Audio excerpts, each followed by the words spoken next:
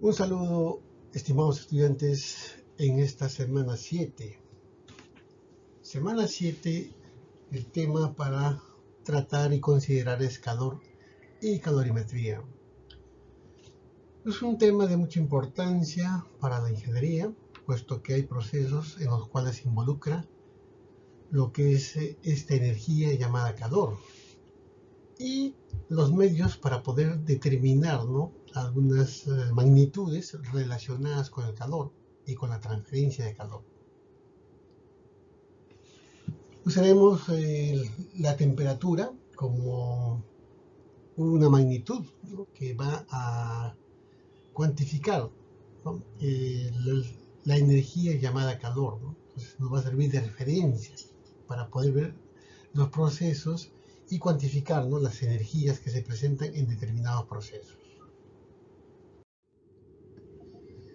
El logro de la sesión es que al finalizar la sesión, el estudiante podrá resolver problemas prácticos de calorimetría y cambios de estado de una sustancia, considerando los conceptos de calor sensible, calor latente de fusión y evaporización de una manera correcta. Eso es lo que se pretende lograr al finalizar la sesión. ¿Es correcto decir que el hierro fundido contiene calor? Cuando nosotros estamos en la fundición y a este mineral lo sometemos, ¿no?, a un proceso y este hierro es fundido, ¿podríamos decir que este hierro fundido contiene calor? ¿A qué temperatura se funde el hierro? Es otra pregunta, ¿no?, que quisiéramos nosotros determinar. En cuanto a los saberes previos, ¿qué diferencia podemos encontrar entre calor y temperatura? ¿Habrá alguna diferencia o son lo mismo? ¿Qué forma de calor aparece en los cambios de fase de la materia? Es decir, por ejemplo, en el caso del agua, cuando pasa de sólido a líquido o viceversa. ¿Qué tipo de calor se manifiesta en ese cambio de fase? ¿Qué entendemos por calorimetría? ¿Qué será la calorimetría? Bien, todo eso lo vamos a responder progresivamente. Calor.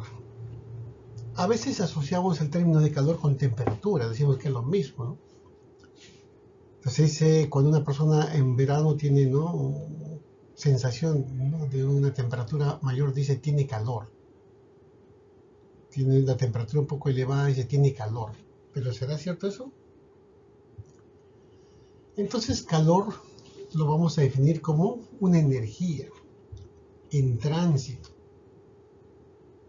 Entonces, ¿qué es calor? Es una energía en tránsito que se transfiere de un cuerpo de mayor temperatura a un cuerpo de menor temperatura a través de su frontera.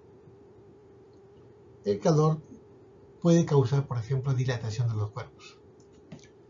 Entonces va quedando la definición, ¿no? Calor, ¿qué es calor? Es una energía en tránsito que se desarrolla desde un cuerpo de mayor temperatura hacia un cuerpo de menor temperatura. Entonces, la transferencia de energía de una sustancia a otra, debido a la diferencia de temperatura, se llama calor. Es una energía en tránsito. No es una energía estacionaria, es decir, de un punto, sino se manifiesta por diferencia de temperaturas, mayor hacia la menor. Unidades. Para poder determinar las unidades del calor, contamos con la caloría, que es la cantidad de energía necesaria para elevar la temperatura, por ejemplo, de 1 gramo de agua, por ejemplo, de 14,5 grados Celsius a 15,5 grados Celsius.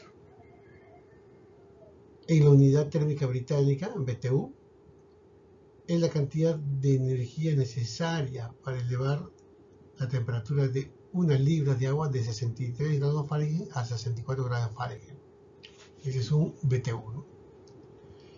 Y en el sistema internacional, un Joule, ¿no? un joule, que equivale pues, ¿no?, a cierta cantidad de calorías y cierta cantidad de unidades térmicas británicas, BTU. Entonces el joule, tenemos acá la definición: un joule es un newton metro o un kilogramo por metro cuadrado sobre segundo cuadrado. Entonces ahí tenemos la unidad, ¿no? Un kilogramo por metro por segundo cuadrado. Bien. Ahora, lo que nos va a interesar aquí es la equivalencia. Por ejemplo, se trabaja bastante en calorías. Entonces, una caloría equivale a 4,186 joules. Se va a usar bastante. O una kilocaloría, 1000 calorías o 4186 joules. Se trabaja todavía, ¿no?, en unidades de calorías, aunque el sistema internacional está en joule. Calor sensible. Entonces, cuando un cuerpo o cuando una sustancia varía su temperatura en estado homogéneo, es decir, líquido-líquido o sólido-sólido o gas-gas, entonces ahí tenemos que considerar pues la energía a través del calor sensible. Ahora, para el calor sensible tenemos que definir lo que es capacidad calorífica. ¿Qué es la capacidad calorífica? Es el calor necesario o requerido para cambiar la temperatura de una sustancia en una cierta variación de temperatura. Entonces, la capacidad calorífica sería el calor necesario para variar la temperatura de una sustancia en un determinado valor. Es una propiedad extensiva, es decir, no depende de la masa. Por lo tanto, no es una propiedad exclusiva para cada material. Para cuerpos homogéneos e isotrópicos, esta capacidad calorífica es constante. Nosotros de la ecuación que estamos planteando podemos despejar, luego integrar, y vamos ya teniendo la expresión para el calor, ¿no? Entonces el calor se puede escribir como función de la capacidad calorífica por variación de temperatura. Aquí evidentemente si la temperatura aumenta, el calor es positivo, el cuerpo absorbe calor. Si la temperatura disminuye, el calor es negativo y el cuerpo pierde calor.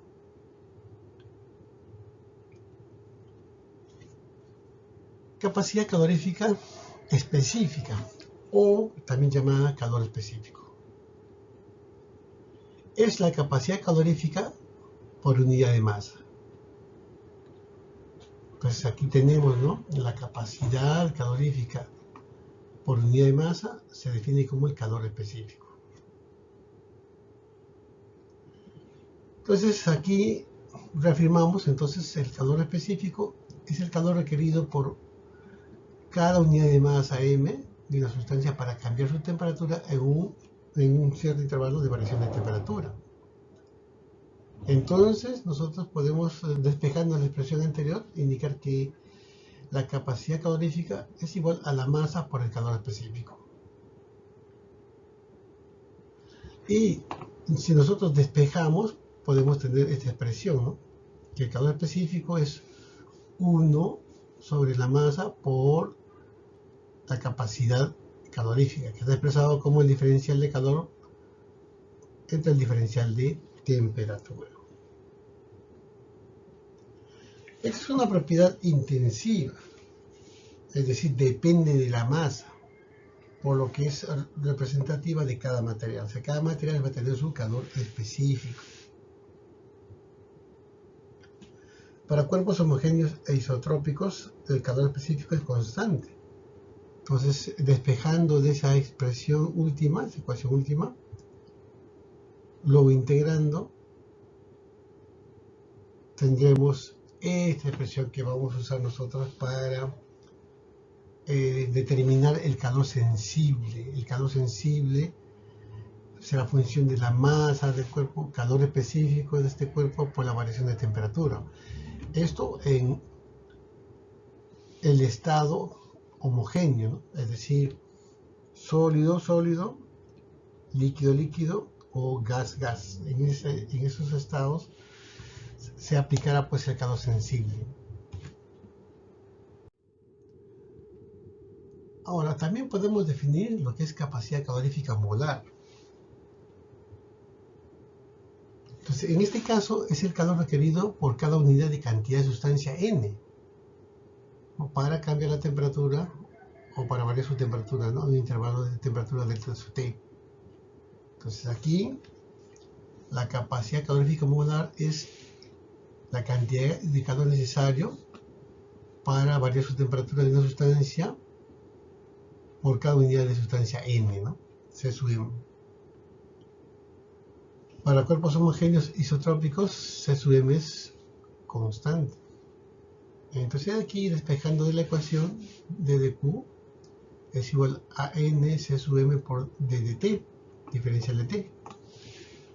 Luego integrando, tendremos que el calor es igual a N, número de moles, capacidad calorífica molar por variación de temperatura.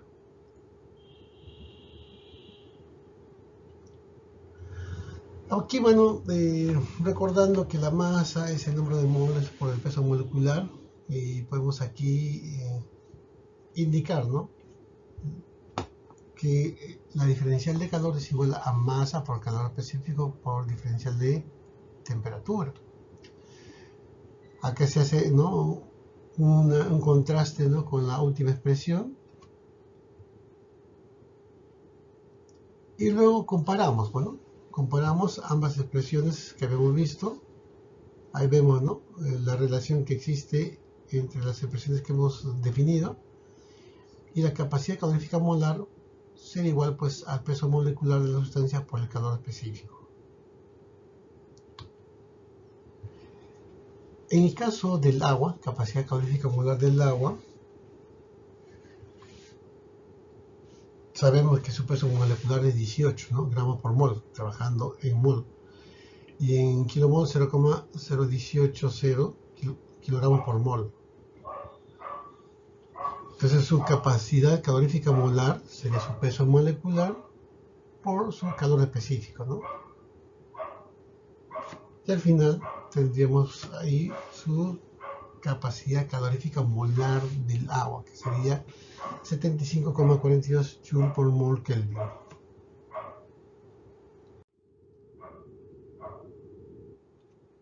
En esta tabla tenemos algunos calores específicos, ¿no? Calores específicos y capacidades caloríficas molares aproximadas, ¿no?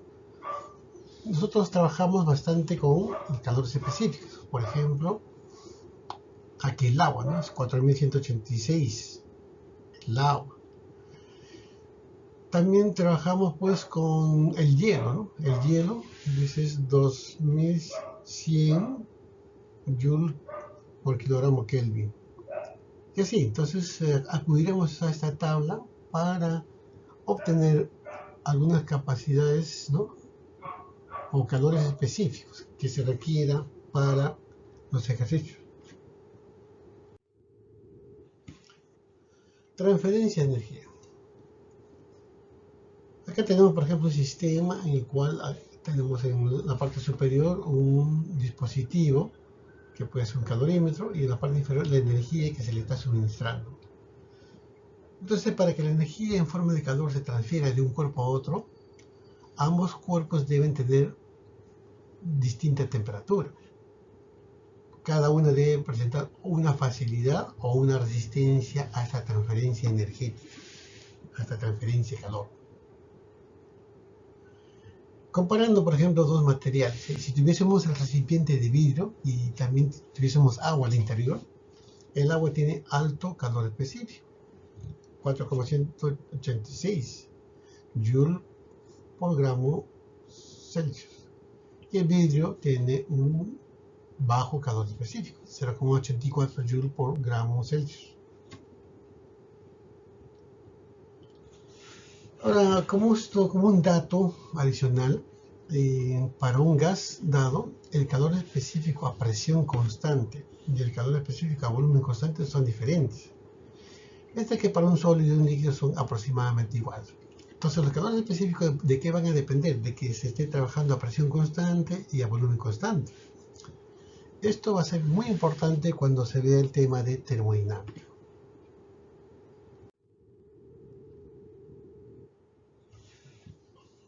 Equivalente mecánico del calor.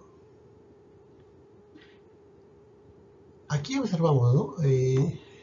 En la animación, vemos ahí que se tiene un recipiente, ¿no?, que contiene agua, se tiene un sensor de temperatura, un termómetro, y un sistema mecánico, un agitador, ¿no?, que está ligado hacia la parte superior, ¿no?, con un accionamiento.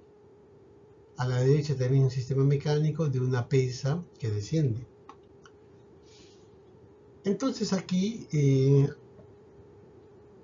Sir James Prescott Joule determinó experimentalmente que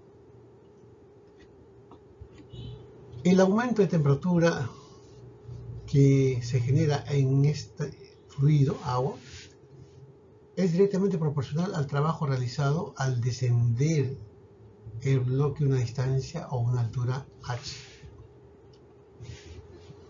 Entonces, ¿no?, el incremento de temperatura en este fluido, que es calor, ¿no?, que se puede determinar ese calor, es equivalente pues al trabajo que realiza en descender este bloque. Entonces hay una relación, ¿no? Entonces hay una dependencia entre el trabajo mecánico y el calor. Y Joule estableció esta relación, ¿no?, que el trabajo mecánico es función de un coeficiente J por el calor manifestado pues en la sustancia al elevar su temperatura. Y de un modo experimental, Joule determinó, ¿no?, esa constante de proporcionalidad es 4,18 Joule por cada caloría. Y ahí ya se toma pues, ¿no?, ese factor de conversión. En otras palabras, 4,18 joules equivale a una caloría y viceversa. Luego ya se fue ajustando esto y, por ejemplo, para una temperatura de 14,5 grados Celsius a 15,5, en esa variación, se determinó pues que este equivalente mecánico de calor representa un valor de 4,186 joules por cada caloría.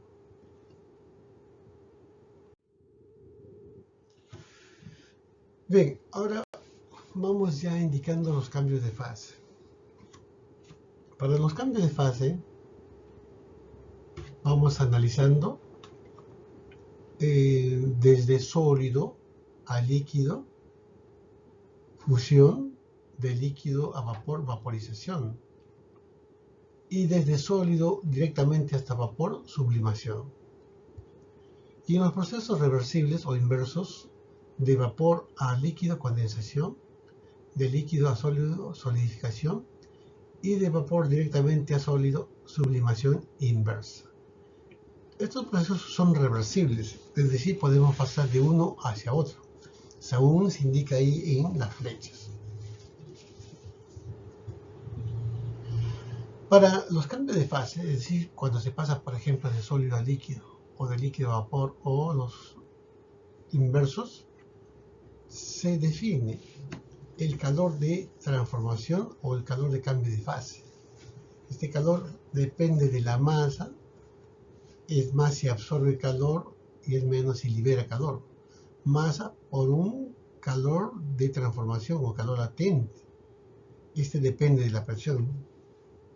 Depende de qué presión se está efectuando el cambio de fase.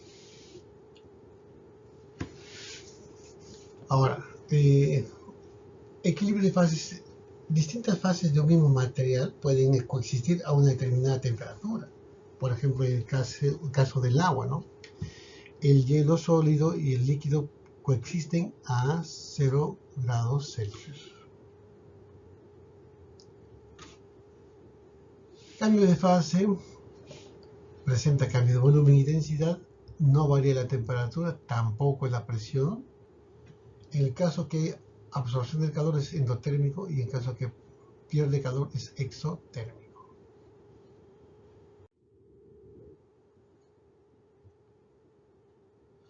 Este calor entonces de cambio de fase es igual más o menos la masa por el calor latente de cambio de fase.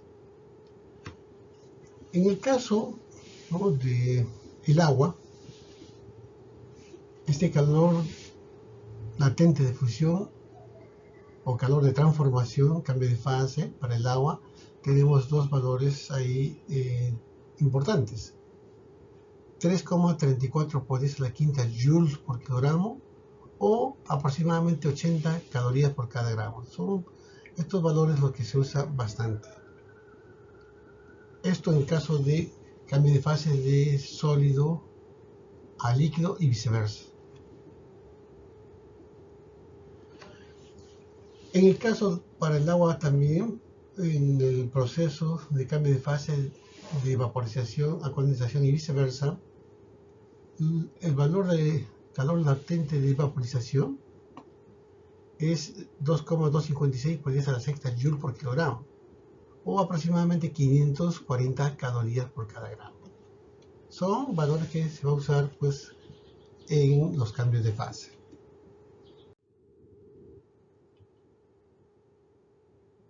Aquí tenemos pues una ilustración de cambios de fase para el agua, ¿no? Se considera aquí como ejemplo la masa de 1 gramo de agua y la presión 1 atmósfera. Aquí tenemos el diagrama en temperatura-calor.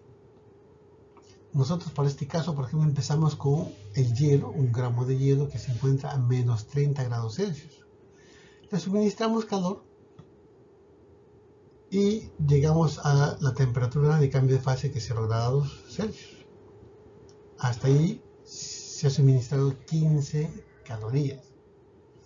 Desde ese punto se suministra más energía, más calor, llegando a 94,7, donde todo el sólido ya ha cambiado y es ya transformado a agua líquida.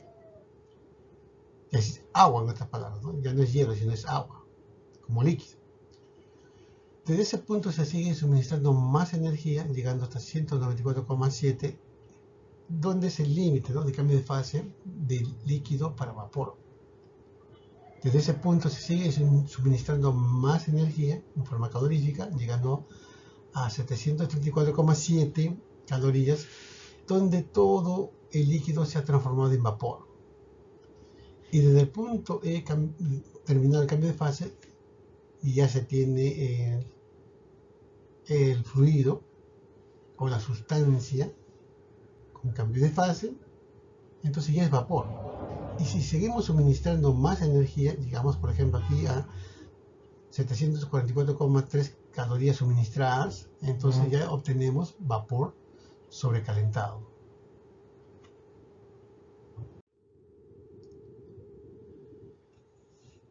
Calorimetría. Técnica utilizada para medir calores específicos de las sustancias.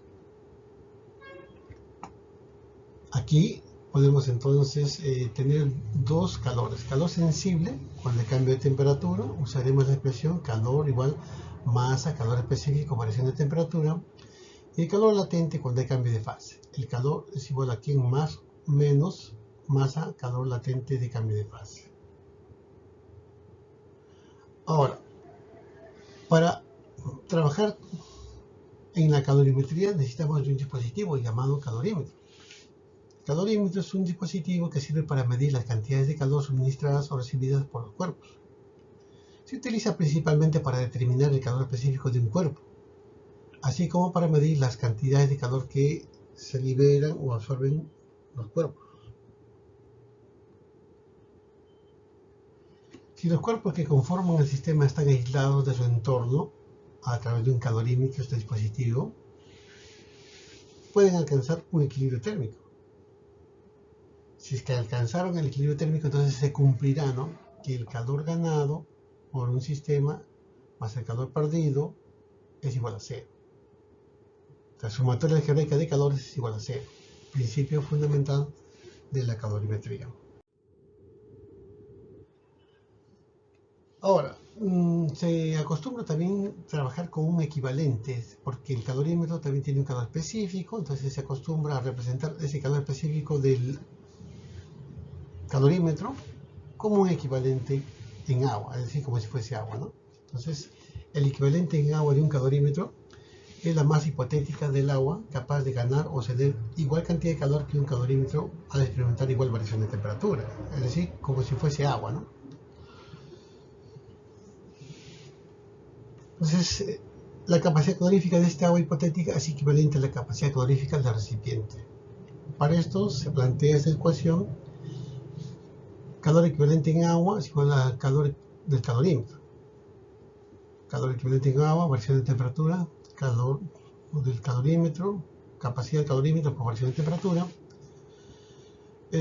capacidad equivalente en agua, capacidad del calorímetro. Ahí escribimos sus expresiones: masa equivalente en agua, calor específico del agua, masa del calorímetro, calor específico del calorímetro. Y al final, esta expresión que nos va a interesar, ¿no? La masa equivalente en agua del calorímetro va a ser función de la masa del calorímetro por calor específico del calorímetro entre calor específico del agua. Pero esto trabajando en calorías, entonces este calor específico conocido es 1, por lo tanto, en número o en cantidad coinciden. Masa equivalente en agua del calorímetro es igual a masa del calorímetro por calor específico del calorímetro. Bien, entonces estas definiciones ya lo hemos visto. Ahora vamos a pasar rápidamente a un ejemplo de aplicación.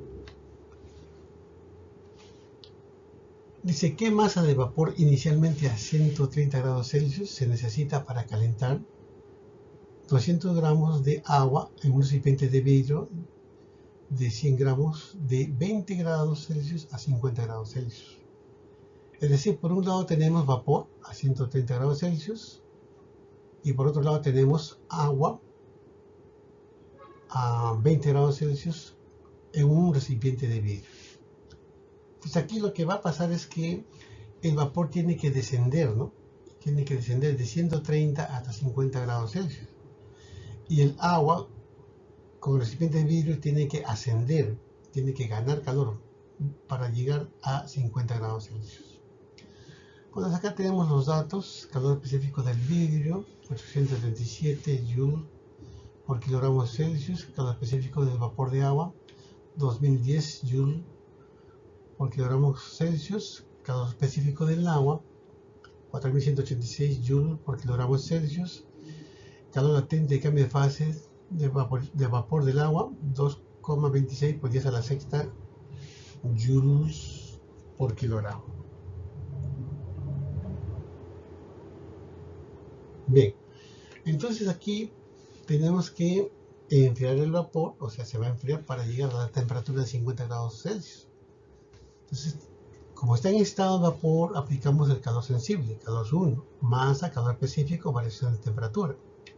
Esta masa de vapor no conocemos, nos están pidiendo calor específico del vapor 2010 y el cambio de temperatura es desde 130 hasta 100, o sea, 30, ¿no? Evaluando, tenemos ahí 60.300 M. Para condensar el vapor, o sea, ya para tener como líquido, tenemos que extraer un calor. Ese calor es función de la masa por el calor latente de condensación en este caso, ¿no? Masa por 2,26 por 10 a la sexta. Luego, para enfriar el vapor de agua desde 100 hasta 50, tenemos que retirar calor. Y esto con el calor sensible, ¿no? Masa, calor específico del agua, ya se vapor de ahora es agua por variación de temperatura. Masa, calor específico del agua, 4186, y por la variación de temperatura desde 100 hasta 50. Todo esto nos daría igual a 209.300 M. Eso en cuanto al vapor. Ahora, el agua con el vidrio, estos van a ganar energía.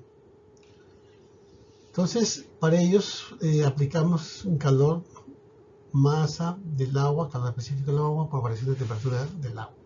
Para el vidrio, masa del vidrio, calor específico del vidrio por variación de temperatura del vidrio.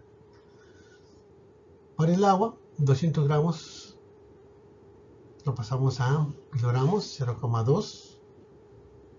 Calor específico del agua, 4186. Y la variación de temperatura es 50 menos 20, 30. Para el vidrio, nos dice que son 100 gramos de vidrio, lo pasamos a kilogramos, 0,1. Su calor específico del vidrio, 837. Y variación de temperatura 50 menos 20 es 30. Evaluando, nos da una cantidad de 27.627, ¿no? Joules. Esto es el calor ganado y la sumatoria de los calores anteriores son el calor cedido. El calor perdido por el vapor tiene que ser igual al calor ganado por el agua y el recipiente de vidrio.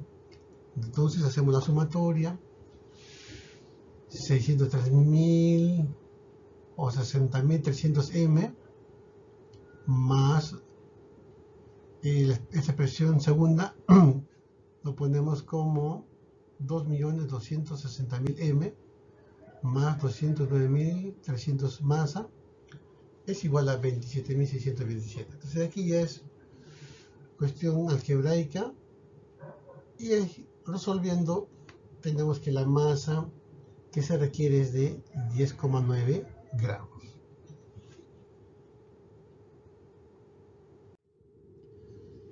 Segundo ejemplo. Dice, determine la rapidez inicial que debe tener una bala de plomo, o sea, su velocidad inicial, que se encuentra a 25 grados Celsius, para que el calor desarrollado cuando se detiene sea suficiente para derretirla. Suponga que toda la energía mecánica inicial de la bala se convierte en calor y que no fluye calor de la bala a su entorno. Temperatura de fusión del plomo, 327,5 Celsius. Calor de cambio de fase del plomo, 24.500 joules por cada kilogramo. Calor específico de plomo, 130 joules por kilogramo Kelvin. Tenemos los datos ahí, temperatura de inicio, temperatura final de cambio de fase, porque aquí nos dicen que el plomo, cuando impactas, entendemos pues, ¿no?, en algún elemento, va a cambiar de fase. Como dice aquí, suficiente para derretir, es decir, se va a tener en estado líquido. Entonces, esa es la temperatura a la que llega y es la temperatura de cambio de fase. Calor específico de plomo, ahí tenemos 130 joules por kilogramo Kelvin. Calor latente de cambio de fase, 24.500 joules por cada kilogramo.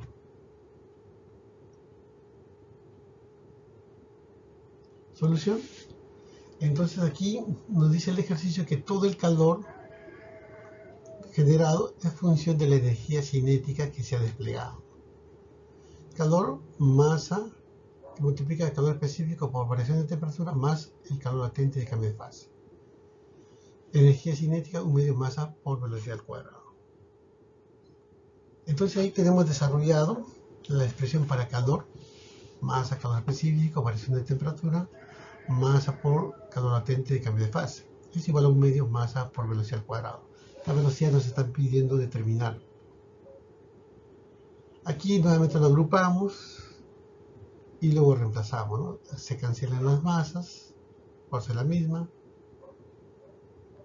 Reemplazamos numéricamente en esta última expresión ya simplificada.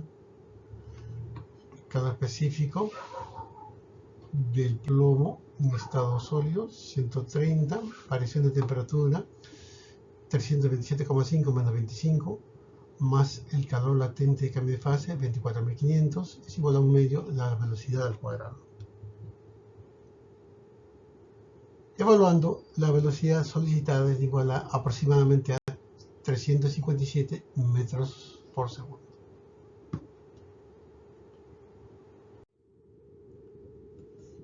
Ejemplo 3. Dice, calcule la cantidad de calor que hay que suministrar a un cubito de hielo de 50 gramos que se encuentra a menos 30 grados Celsius para derretirlo y obtener agua a 0 grados Celsius. Tenemos los datos: temperatura inicial, temperatura final, calor específico del hielo, calor latente de cambio de fase de sólido a líquido, pero aquí lo tenemos en calorías, ¿no? Vamos a trabajar entonces en este sistema. Para el primer cambio, ¿no?, en su temperatura, desde menos 30 a 0, la cantidad de calor necesaria es según la fórmula: calor específico del hielo, masa por variación de temperatura. Calor específico del hielo 0,5, la masa 50 gramos, ojo que estamos trabajando en gramos por el sistema, y variación de temperatura es 30. Evaluando, ese calor necesario es 750 calorías. Luego viene pues el cambio de fase, y eso lo evaluamos con calor para cambio de fase, masa por calor latente de fusión. 50 por 80 nos da igual a 4000 calorías. Entonces, la cantidad necesaria de calor para llevar ese estado es la suma de los calores 1 y calor 2, que nos daría igual a 4750 calorías. Bien, con esto hemos completado este tema. Espero que les haya sido de utilidad. Nos vemos en una siguiente reunión o un siguiente video.